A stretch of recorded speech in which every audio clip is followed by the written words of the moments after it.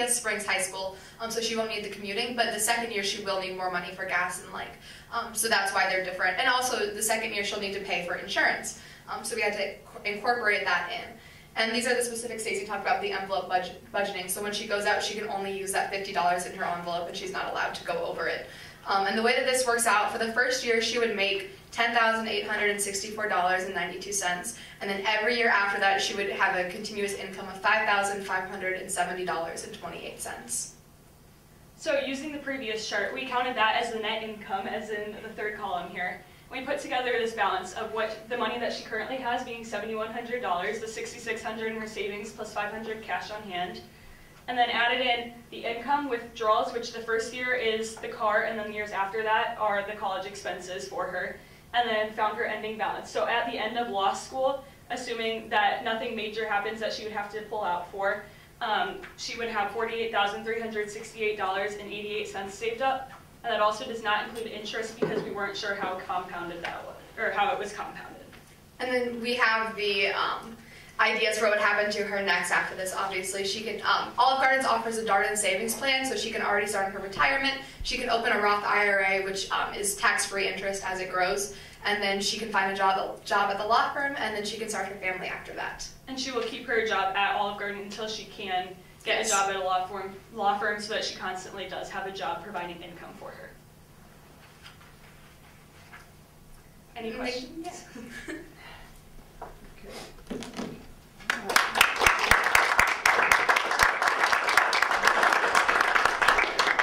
We'll have some questions from the judges.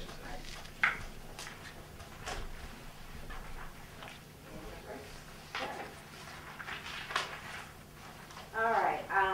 In the first scenario, it says that Tony had saved approximately $6,600, and they were getting 2.6 interest in a Wells Fargo checking account.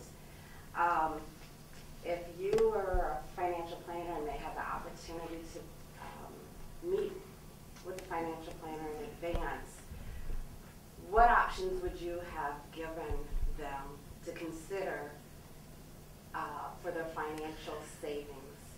What other types of accounts or programs would you use to invest that money for college to help in this scenario? Yeah.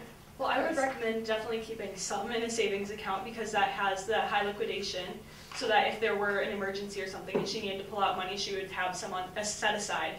But other than that, she could do a CD or a bond, which isn't as risky as some of the other options, such as investing in the stock market or something. And at her age, being a senior in high school, she probably doesn't have as much knowledge of the stock market to be able to do that. So she would either need to have someone who could help her, like hire someone who could help her and invest that for her, or stick to the safer and higher liquidity options. Yeah, I completely agree.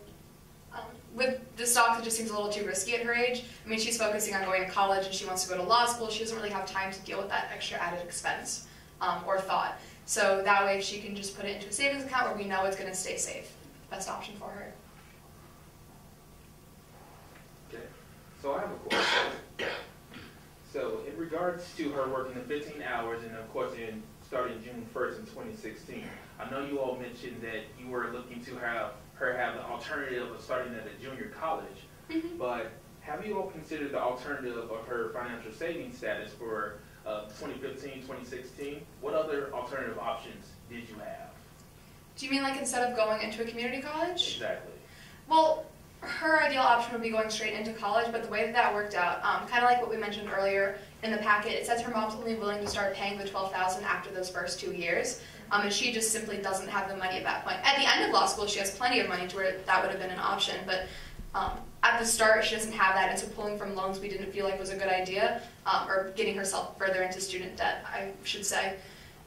So our plan really was just to go straight to the community college and to keep her earning more in her job so that way she could save more for later on.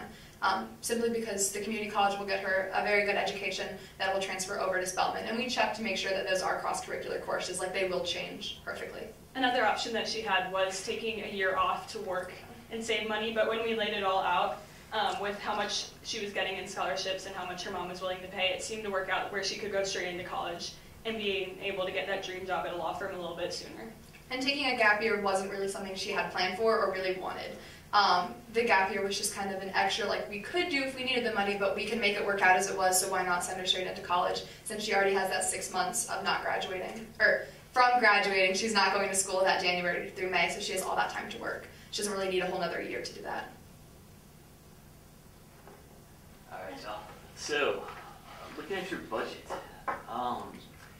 what are the advantages and disadvantages of going with the budgeting method that y'all chose? So y'all chose the envelope system, and you mentioned a few of the advantages, but if you'd like to mention more advantages, go ahead, but if you could also talk about some of the disadvantages too.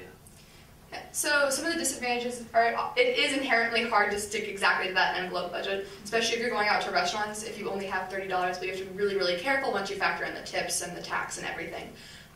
So it will be difficult and hard for her to adjust, and she may have to cheat it a little bit at the beginning, but what it's going to do is teach her more long-term goals so that where she actually can keep under that even without having an envelope. And it will keep her out of going into advanced credit card debt, because, oh, 100, what's the difference between 100 and 110? And then that just starts spiraling and growing larger and larger. But if we can keep her to sticking to exactly that budget, it'll make it easier for her down the road to save that money that she needs to.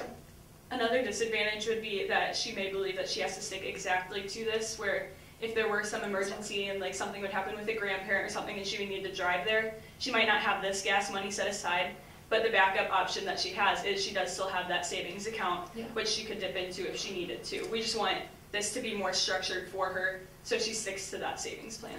And if we keep her $6,600 in the savings account, it is still liquidable enough to where she can pull from it if an emergency would happen. And this would just be her on-hand cash. Yeah. Okay. All right, well, thank you.